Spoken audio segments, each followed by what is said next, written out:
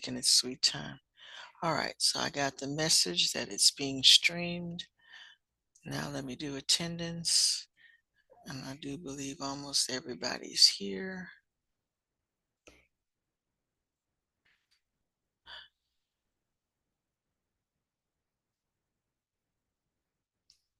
It's not letting you download it. Okay, give me a second to finish the attendance and I'll go through it with you all.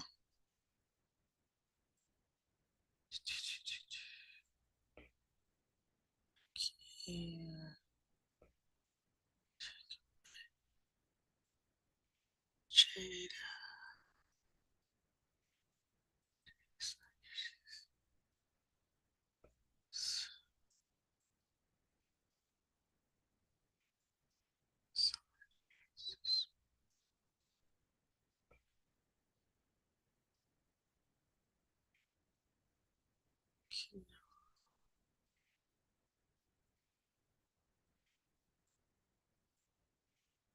Michaela. All right, Michaela is not here. Okay.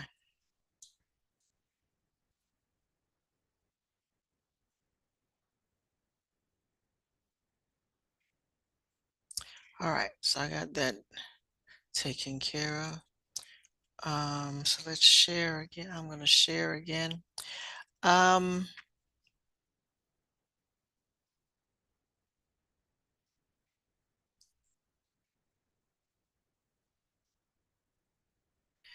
Yes, okay. If you can't download it, yes, I would put the answers in your notebook because this is a worksheet that when you finish it, you were supposed to upload it. So if you're never able to download the worksheet, at least you'll be able to upload a page that has answers on it. Okay. I'll say that for everybody. So if you have trouble downloading the worksheet, I'm going to start sharing again. Give me 1 sec to do that. And then what I also want to do is go back and look at the top of the page.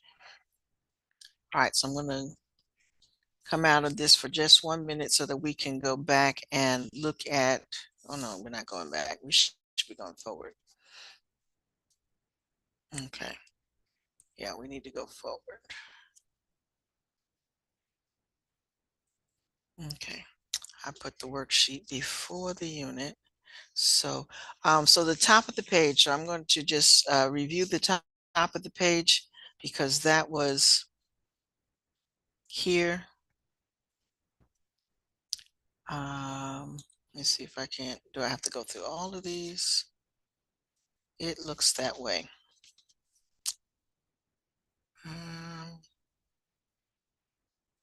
All right, so let me see if I can. Observing diffusion. Diffusion occurred. Okay. All right, so make sure that you go through and I'm going to pause this for a minute.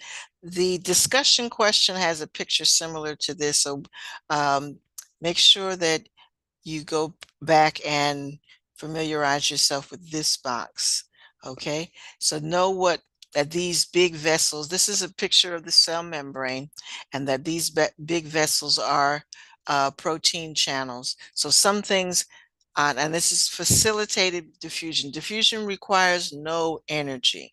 And I'm reviewing that because some of these answers are the matching part of this worksheet as well. Actually, let me back up. And it won't let me do that. Okay. But for this picture right here, you need to know that these large green structures are facilitated protein channels. Okay, you have protein channels and you have carrier proteins. They're different. The protein channels don't change shape. They just are like a highway from the outside to the inside. The carrier proteins, on the other hand, they do change shape. Okay, so they open and close. All right, so let me see if I can get that to keep going. Some large or charged molecules cannot cross the membrane without proteins that help. And I'm going to let this play because it'll help with the matching. Embedded in the membrane serve as pores or channels, letting specific molecules pass. This movement of molecules down a concentration gradient by use of a transmembrane protein is called facilitated diffusion. The protein often changes shape, similar to a revolving door or a movable bridge. All right, so the important part about facilitated diffusion is it does not require energy. Diffusion does not require energy. Osmosis is the diffusion of water across a semi-permeable membrane. Since osmosis is a special type of diffusion, water would move from areas where there is more water or high water potential to where there is less water, low water potential. In this diagram, the solutions in the beaker are separated by a semi-permeable membrane, which is represented by the red line. The membrane only allows the pink water to pass through and not the solute, which is represented by blue circles. Water potential is higher on the left-hand side of the beaker initially, compared to the right. The solute decreases water potential. Net water movement is from high water potential to low water potential until equilibrium is reached. The resulting volume in the beaker on the right may be different, but the overall percentage of water or water potential on both sides is the same. Okay, that's going to come in handy on the second page. Measure how much water versus solute there is in a solution. If we can identify a solution as one of the following, we can compare it to another solution to predict the direction of osmosis. Hypotonic solutions are those with less solute. Hypertonic solutions are those in which more solute is present. Isotonic solutions have equal concentrations of substances. Their water potentials are equal, and water would move across the membrane in equal amounts. Okay, so again, this picture is kind of tricky because we're looking at just the water volume on each side, not the molecules. So on one side, there's a lot of water, and on the other side, there's a little bit of water. So a lot of water, hypotonic, hypertonic, just a small amount of water. Isotonic, on this side, on the second picture, it looks like there's a little bit of water on the left and a lot of water on the left, on the right. But if we look at not the molecules, the little dots on each side, the amount of because those dots take up space. So if we're just looking at how much we take out all those little dots, there'll be an equal amount of water on both sides. So that's what this picture is showing. All right, so then the other picture that we needed to look at. When animal cells, such as red blood cells pictured here, are placed into each of these solutions, we will see the following results. In a hypertonic solution, there would be more solute and therefore less water outside the red blood cells. Water will move out of the cells, cremating or shrinking them. In an isotonic solution, there is the same amount of water and solute both inside and outside the cell. Water would move across the membrane in equal amounts. In a hypotonic solution, there's less solute and therefore more water outside the red blood cells. Water will move into the cells, causing them to swell or possibly lyse. Okay, so again, we're going to need to have this information for the second page. When plant cells are placed into each of these solutions, you will see the following results. In a hypertonic solution, there would be more solute and therefore less water outside the plant cell.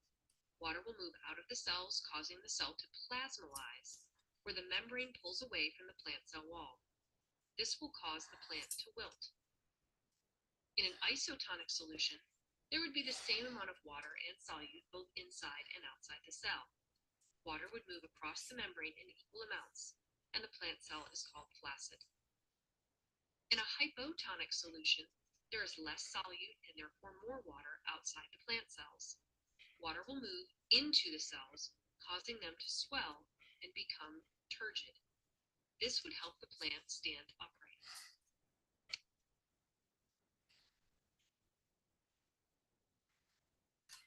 Okay, so I went through all of those so that we could complete that worksheet. So let me go back and pull up the worksheet. And again, if you aren't able to download the worksheet, simply write the answers on a Google Doc so that you can upload it in the graded area, because that you were supposed to upload the completed worksheet for a grade. All right. So again, I'll start from the top, even though we did the top already. And then we'll just keep going down, and I'm going to give you all a chance to give me the answers. All right, at the top, and I wish this was a checkboard that you could write on, but it's not. All right, so we did the top. So which one causes the cell to swell? And you can just answer in the chat for me, please.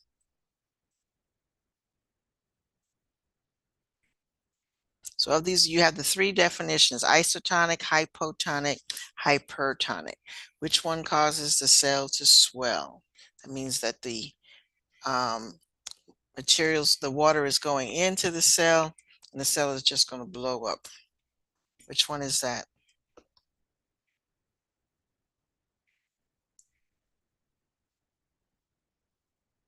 Somebody, anybody? And again, we did this, we did this top part already, so you should just be right. Everybody should have an answer. I should be able to do a waterfall and everybody answer the question.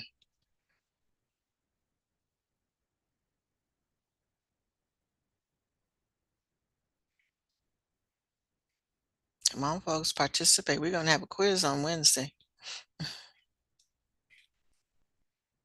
So we got to get through this worksheet.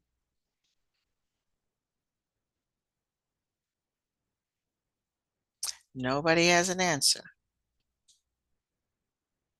Did you write your definitions down? Thank you, Kendall. Kendall says it is hypotonic. So yes, and if you don't have a worksheet, if you cannot download a worksheet, then you need to write hypotonic causes the cell to swell. Okay, create a box on your Google Docs and say hypotonic. You don't have to create the chart, just write down causes the cell to swell, hypotonic. All right, the next one doesn't change the shape of the cell. Which one is that? And I can't check on this either, so you just pay attention. Which one are we checking off for does not change the shape of the cell? Isotonic, hypotonic, hypertonic. Which one?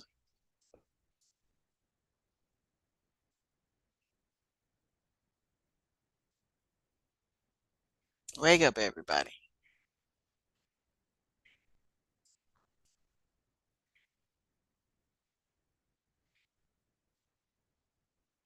All right, we're going to get through this whole worksheet, then you don't have to answer me. We just had hypotonic, so it can't be the same. Because hypotonic made the cell swell up, get bigger. Right now, we're not moving anywhere. Okay. Isotonic. Okay. And you're asking me again, I went through this 3 times, where to get the worksheet from. The worksheet is embedded above cell transport and Canvas. So you had organelles, and then you have cell transport worksheet. It's embedded in Canvas. If you're having trouble downloading the worksheet, you're simply going to write the answers on a Google Doc.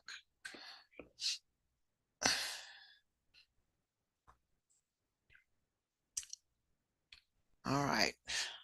Not taking any excuses today. Let's go. Everybody's participating, paying attention. All right, so the first one was hypotonic, the cell swelled up. Second one is isotonic, the shape of the cell remained the same. All right, causes osmosis. Now, osmosis is just a diffusion of water. And diffusion of water can it can go in and it can go out. So if the too much water, so actually it can be all. You can have an equilibrium of osmosis where you have the same amount of water inside and outside. So you can put a check mark for all of these. If there's the same amount of water inside the cell as outside the cell, it's isotonic. The cell is going to maintain its shape. If too much water goes into the cell will swell up, like she was showing you with the plant cell. If too little water goes in the shell, and that's going to be the answer for the next one as well, the cell will shrink.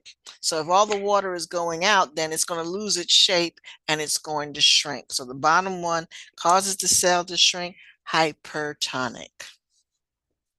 Okay, so you want all check for all three for osmosis, because we can have a cell of osmosis where the water, same amount of water is going in and out. We can have it where there's too much going in and we can have it too much going out. So you can have all three situations for causes osmosis. All right, so now we're looking at the matching section.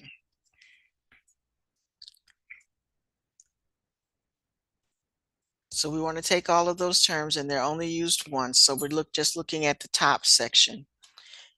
And all of those terms are used once. So which one of these words is a transport protein that provides a tube-like opening in the plasma membrane? And that's going to be, thank you, Kayla. And it's channel protein, which is H. Okay, no, it's H. It's H, because it's actually asking you about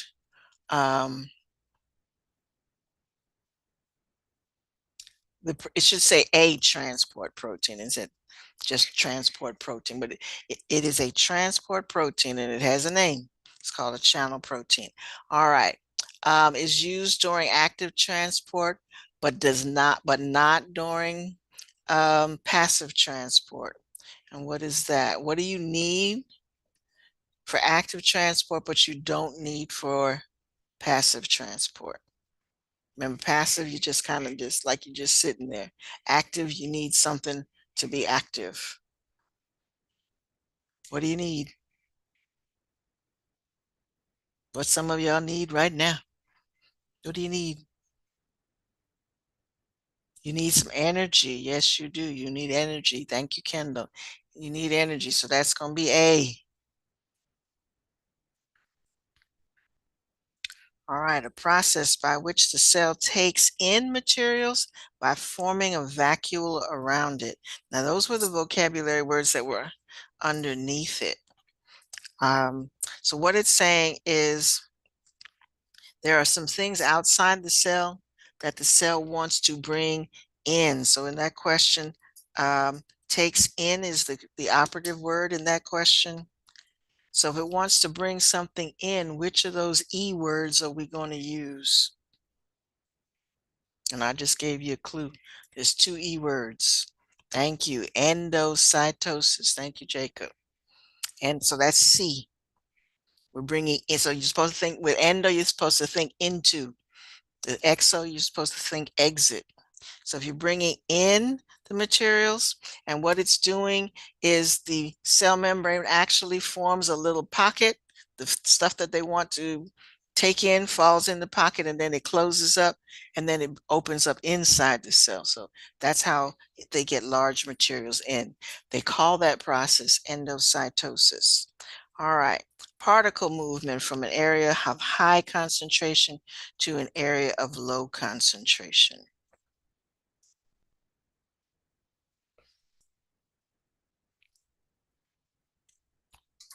And this is kind of a rule. Things are just going to move, always move easily from high to low.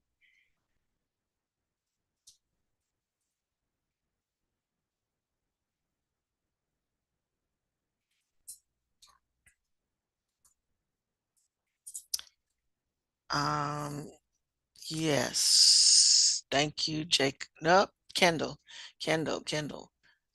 Not Jacob. All right, so yes, passive transport is going to be D.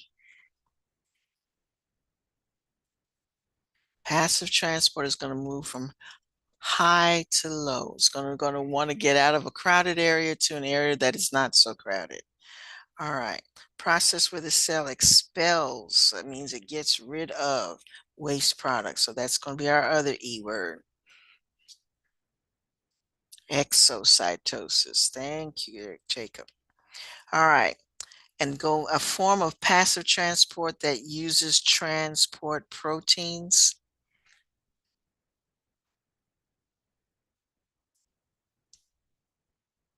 So remember, sometimes it needs a little help because they're a little bit too big, but it's still passive. It doesn't require any energy. Mm-mm.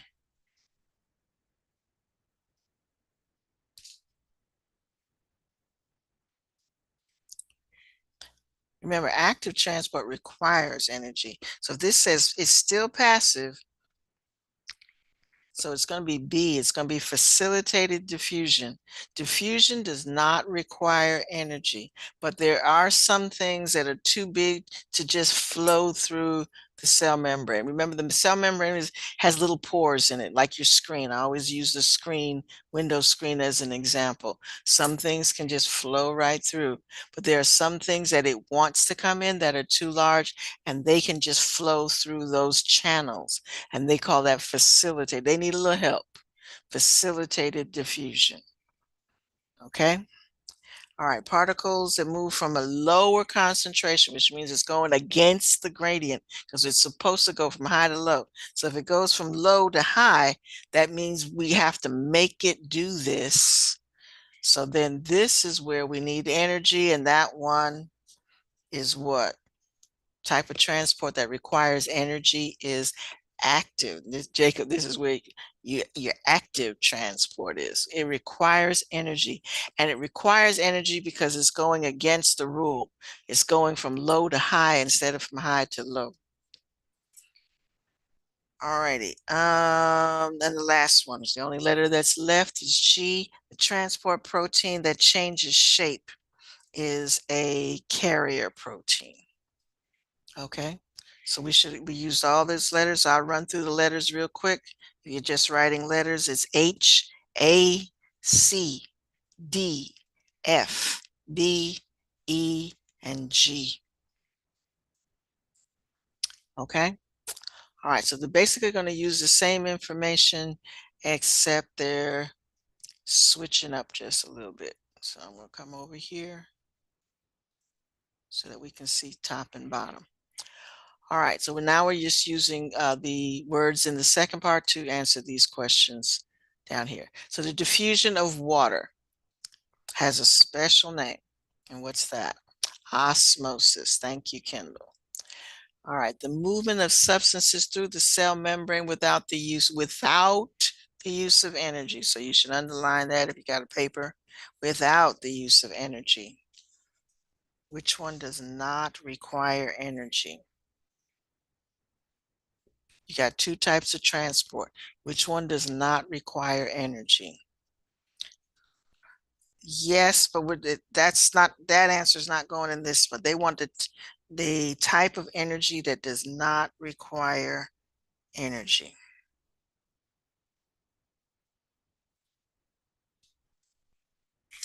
Let's see.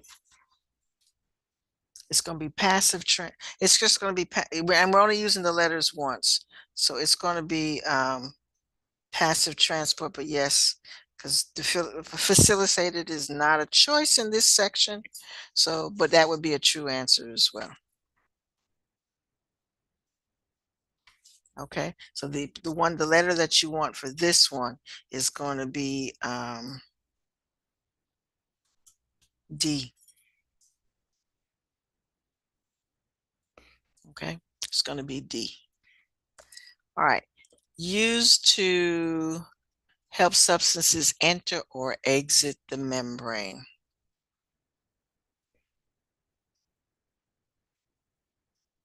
We have two kinds, but they are used to help things come in or exit the membrane.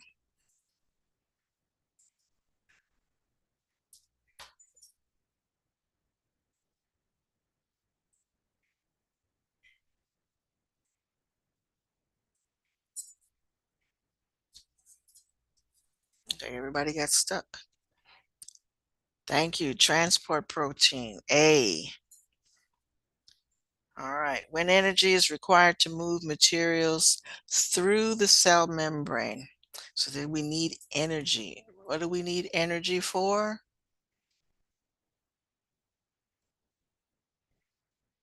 Active transport. Yes, indeed. Thank you.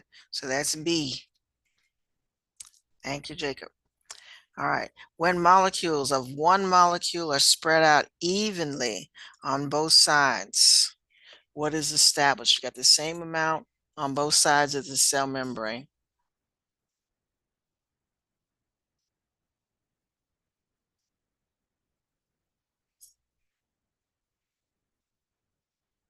What do we have?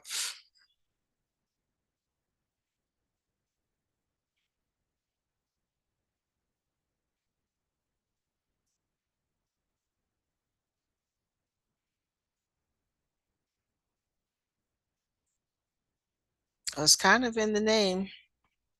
You have the same amount. If you have the same amount on both sides, it's what?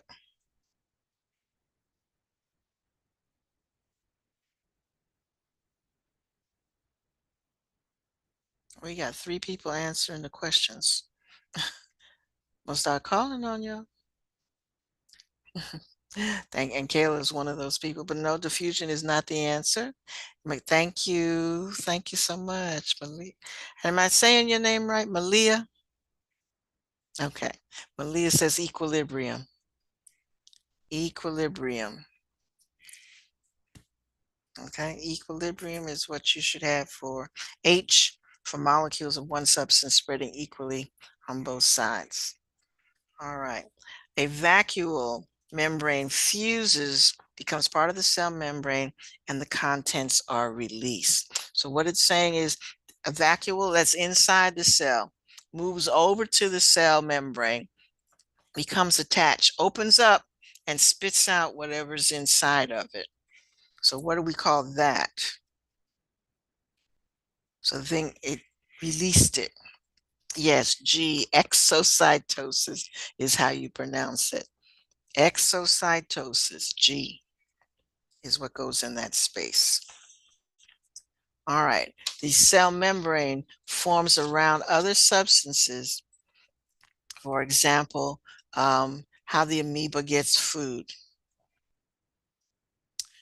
So that, again, what they're saying is there's something outside that it wants to bring in. So it's actually going to create some arms around that substance, close up, and then bring it in. So what is, so again, bringing it in is which one?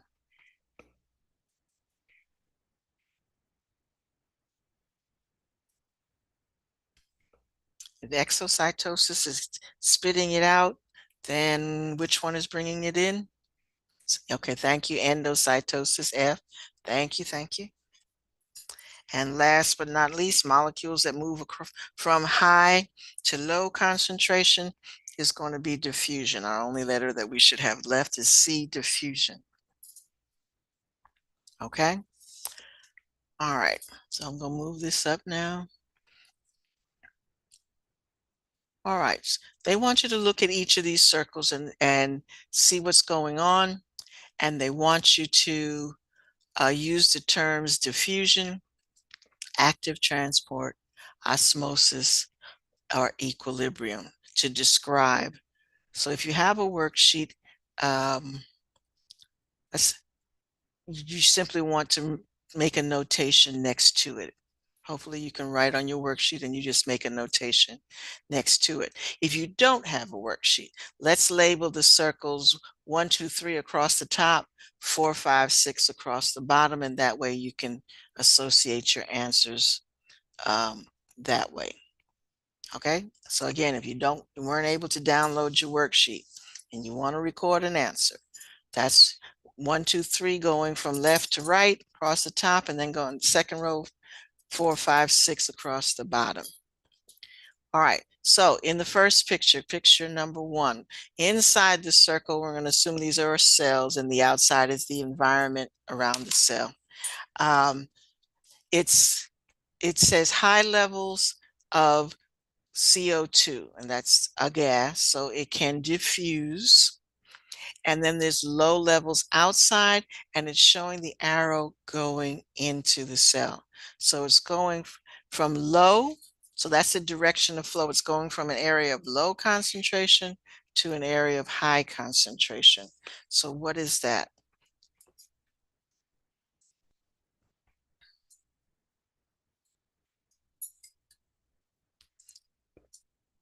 Anything that goes from low to high has to, you have to make it do that. Okay, because the rule is things are supposed to go from high to low. So this one is going to be active transport. Okay, because there's a lot inside the cell. So the level is going in. The levels outside the cell are low, and it's moving into the cell anyway. So that's going to be active transport.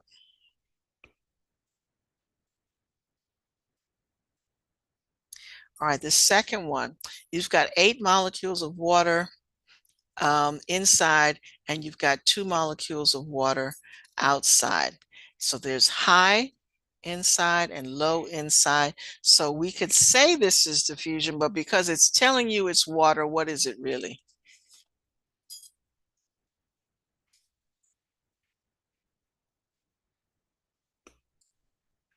What do we call the diffusion of water? Has a special name.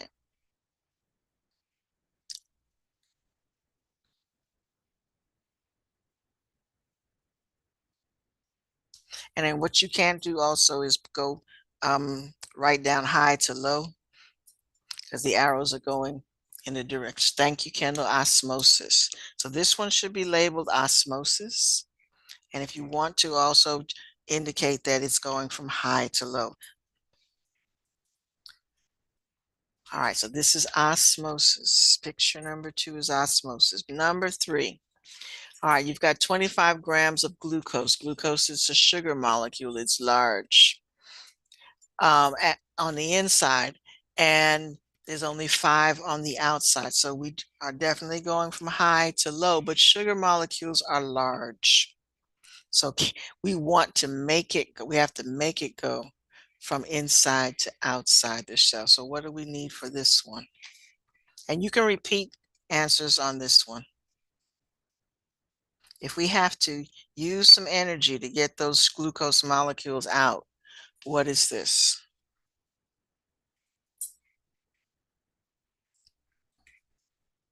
It is going from high to low.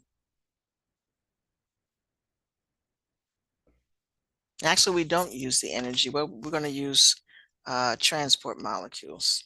So actually, this one is, actually, this will be diffusion. It's going to go from high to low. So it's not active transport. It is passive transport, and it's going to be diffusion, except it's going to use facilitator molecules, because these are large. Okay, so it's going from high, from the inside to the outside. It's going from high to low. So that means it's got to be passive transport, but it's going to use facilitator, it's facilitated diffusion, and that's not one of the choices, but I want you to write facilitated diffusion so that you know that these molecules are not just going to flow out by themselves. So it's the facilitated diffusion. Okay. All right, the next one, 4. So we've got water, 2 molecules of water on the inside and 8 molecules of water on the outside. This is going against the gradient. It's actually the name for this is actually reverse osmosis, because we're still talking about water, but it's going against the gradient. There's a name for this, reverse osmosis, where we're making the water go in a different direction. I'm going to give it the correct name. It's osmosis, but it's reverse osmosis because it's going against the gradient. It's not going from high to low. It's going from low to high. And there are certain situations where we want this to happen. This is how they've created situations where they don't have fresh water and they want to remove the salt out of the water. So there's more salt molecules in the water and a little bit of water, and we want to push that water out so that we can collect just the water and not the salt. So they do reverse osmosis. All right, the next one, you've got protein levels are high inside, and they're going to an area of low. That's going to be diffusion, but again, we'll just say diffusion. It's probably facilitated if it's proteins, but we'll just say diffusion because it's going from high to low.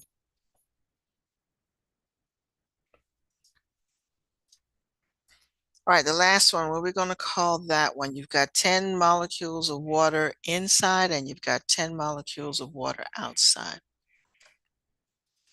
What are we calling that?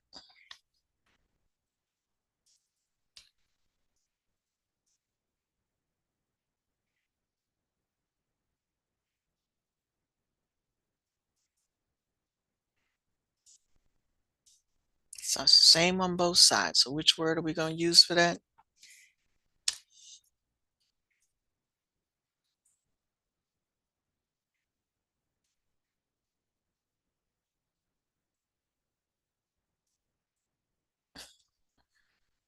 I just highlighted it for you. Equilibrium.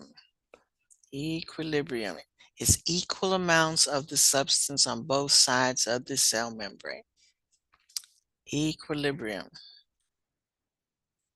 Thank you, Kendall. All right, so now they're giving you some scenarios to look at. And this is just about osmosis. So in each one, we're looking at which way the water is going to go. So this osmosis is a diffusion of water from an area of high concentration to an area of low concentration. Only water moves in osmosis. In the diagram below, show the concentration of water and salt inside the cell and the concentration of water and salt surrounding the cell. Complete the sentences below. So they give you some choices to fill in the blank. First one, you've got a lot of salt inside, a little bit of salt inside the cell, but 95% water. And then you have 95% salt on the outside and only 5% water. What is the water going to do? The water will flow which way? We're not worried about the salt. We're worried about the water. Which way is the water going to flow?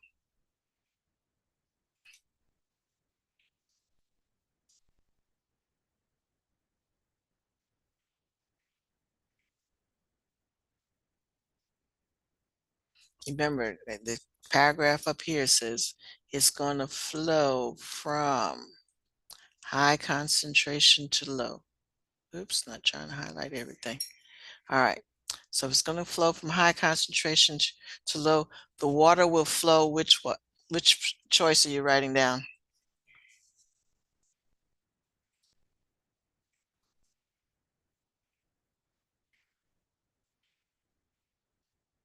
No, because you got 95% water inside and only 5% water outside. So that means it's high on the inside and low on the outside. The water will flow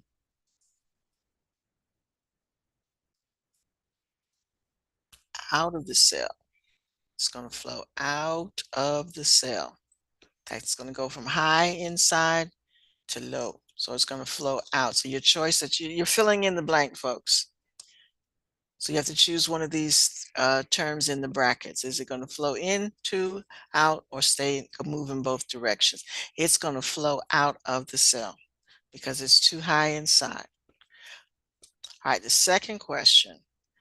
They've got 5% salt on the inside and 5% salt on the outside, 95% water on the inside, 95 on the outside. So there is equilibrium here. So the water is going to flow what? When things are in equilibrium, I'm sorry, I skipped one. There was a second part to this question. I didn't do B. All right, so if the water is going to flow out of the cell, what will the cell do? Will it shrink, burst, or stay the same?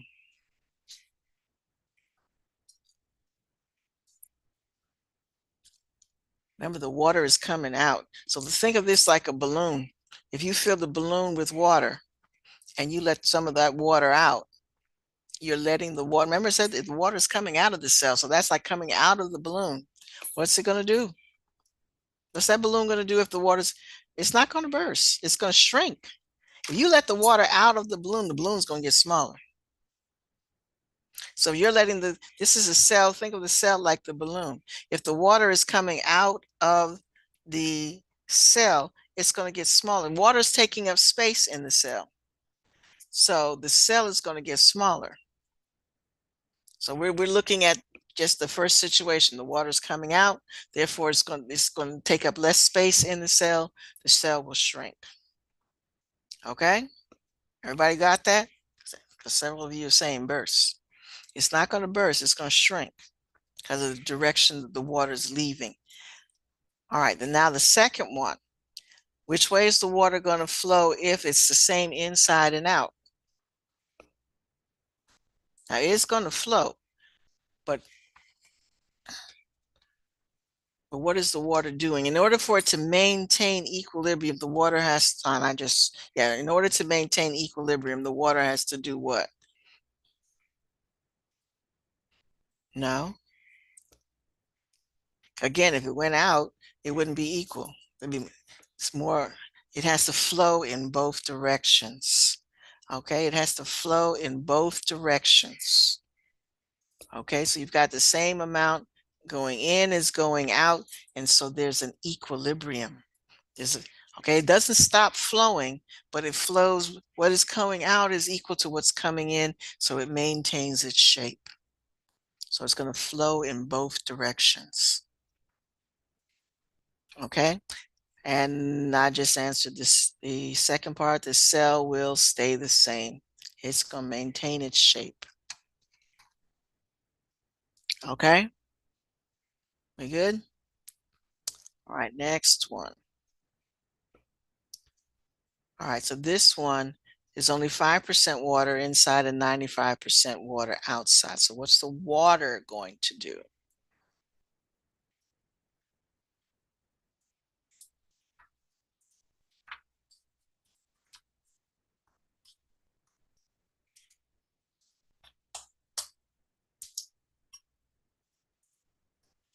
So it wants to go from high to low. So it's high outside, it's low inside. So what's it going to do?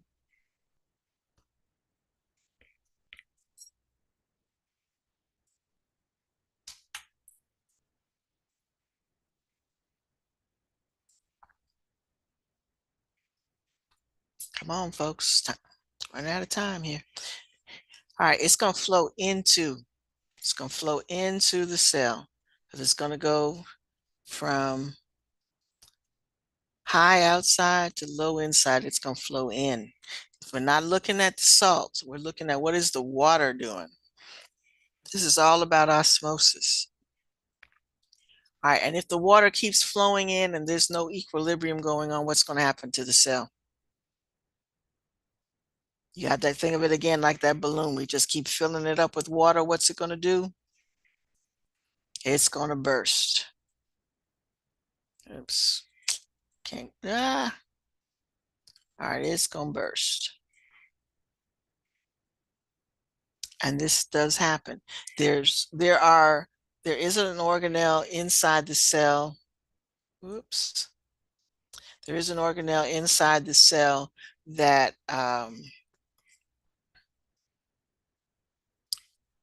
regulates this. And if it doesn't work, then the cell can burst.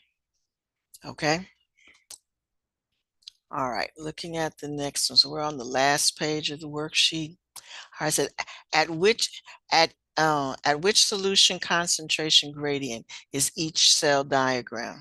So you want to label this hypertonic, hypotonic, or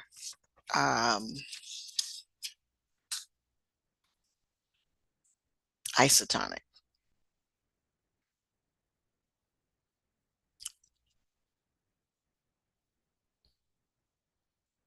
All right, we got a lot of solution on the outside, a lot of molecule on the first one. We got a lot of molecules on the inside, but not a lot of solution, not a lot of water.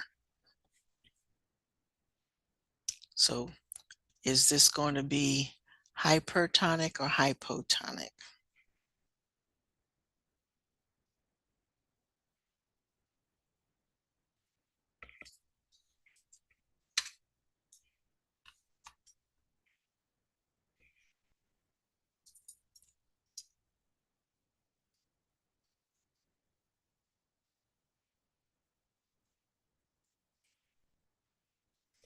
Go back to your, yes, hypertonic. Thank you, hypertonic. Our middle one, these, I don't know if you can't read the writing on the bottom, but it says that it is the concentrations are the same inside and outside of the cell. Water flows in and out at the same rate. So that one is what? I know the writing is really tiny, but that's what it tells you.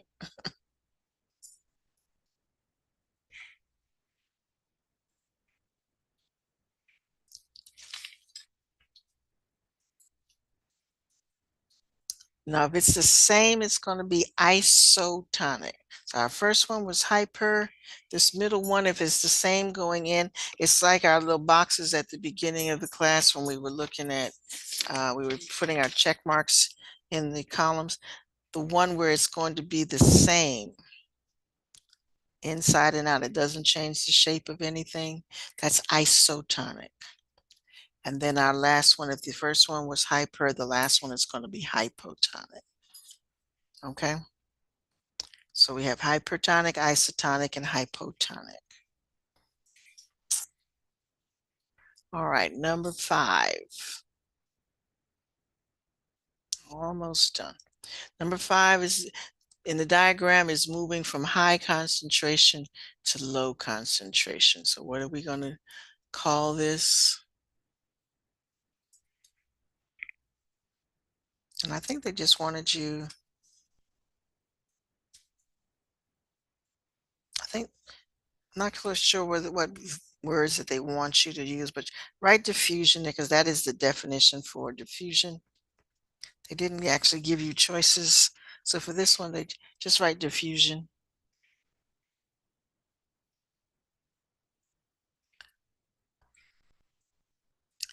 And using a transport molecule to move particles across the membrane. We're going to call that facilitated diffusion.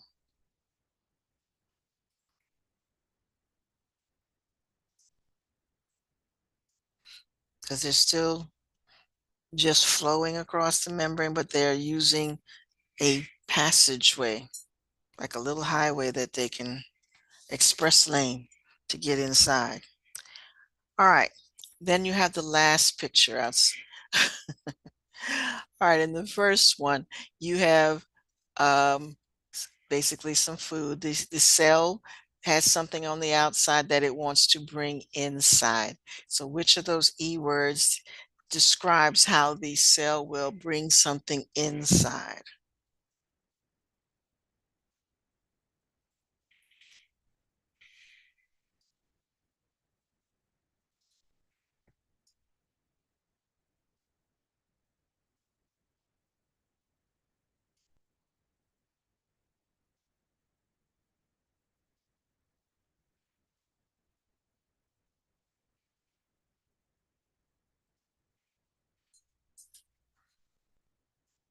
And actually, we're going to use both words. So the first picture is they're bringing the substance inside. It's surrounding the food and you're going to make a vacuole and bring it inside. Second picture, you got to follow the 1, 2, 3, where the vacuole is already inside. It moves over to the side of the cell membrane, opens up and spits everything out. So what's the first one and what's the second one? Which of those E words goes first? Which one goes second?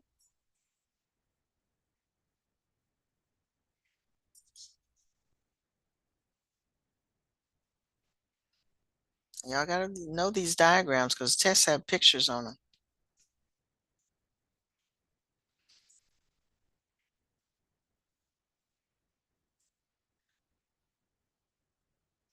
No takers, no takers.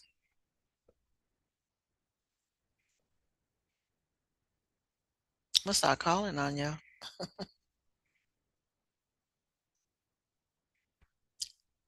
Not sure.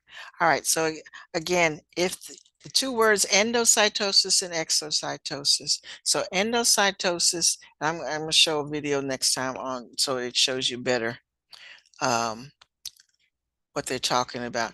But the cell membrane, that's why it's saying oh no, because that's a little molecule outside or germ or something that it wants to take inside the cell. So the cell is actually extending around it. And in doing so, it creates a little pocket, and that pocket will create a vacuole inside the cell so then it can digest it and do what it wants to do with it. So that's endocytosis for the first one. All right, the second picture, if you're following the numbers 1, 2, 3, the first one is already, the vacuole is already inside the cell. And say digestion is taking place, and all that's left in this vacuole are the waste products. So what that little vacuole is going to do, step 2 is going to move to the edge of the cell. It's going to attach itself and open up, and it's going to spit out the contents. So step 3 is showing you that the cell membrane just goes back to being a cell membrane after that. Okay, so that's exocytosis, when it spits out the waste particles that it doesn't want anymore. So first one is endo, bringing the thing in. Second one is exo, bringing the thing out. The third one is showing you that the arrow is pointing that things are going from low to high. And I guess if we're talking about this is active transport. Anything that's going from low, so all those little plus signs are going from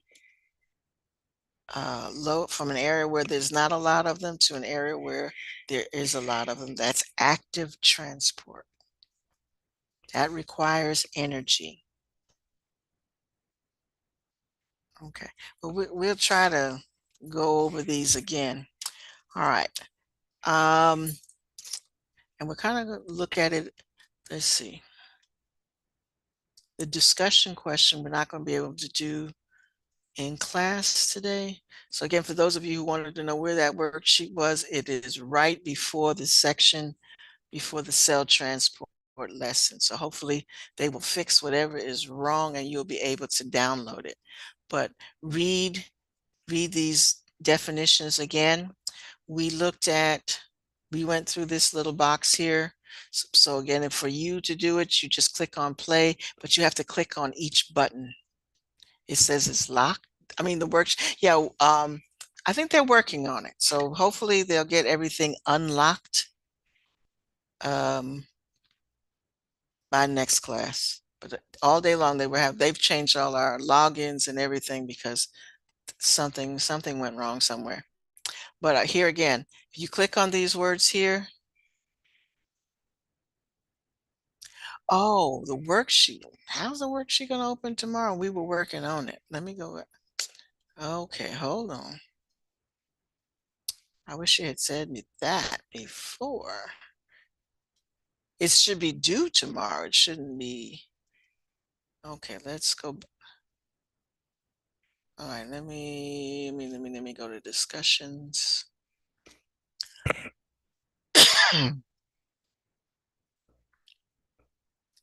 That one is for this is that one. That's a different one. That's the one we're gonna do later. Okay, so we haven't done this one yet. However, and I'm gonna have to come out of this. Let me look at the other one for a minute. I'm gonna stop sharing for a minute because I have to access it through the grade book.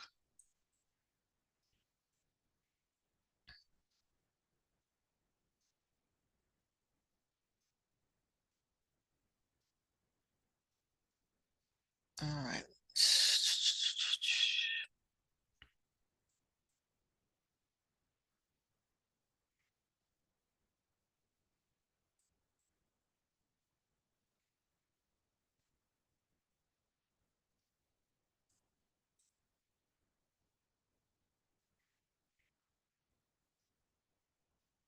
It should be published, so it shouldn't be, because that should have been available from the other day. So I don't know why it's locked. Okay, the worksheet, not the self-transport worksheet, not the self-transport discussion. And both of these actually are listed in discussion. Let me see how I can make them different.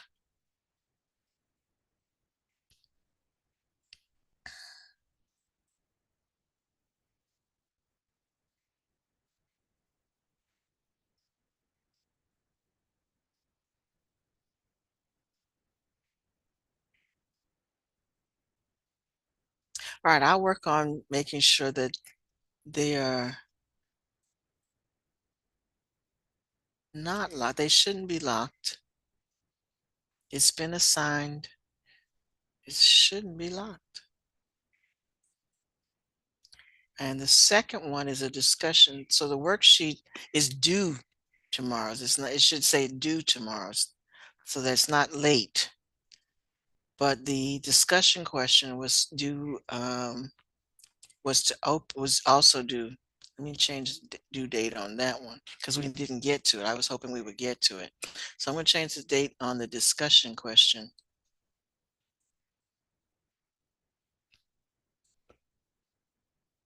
All right, so you all can go.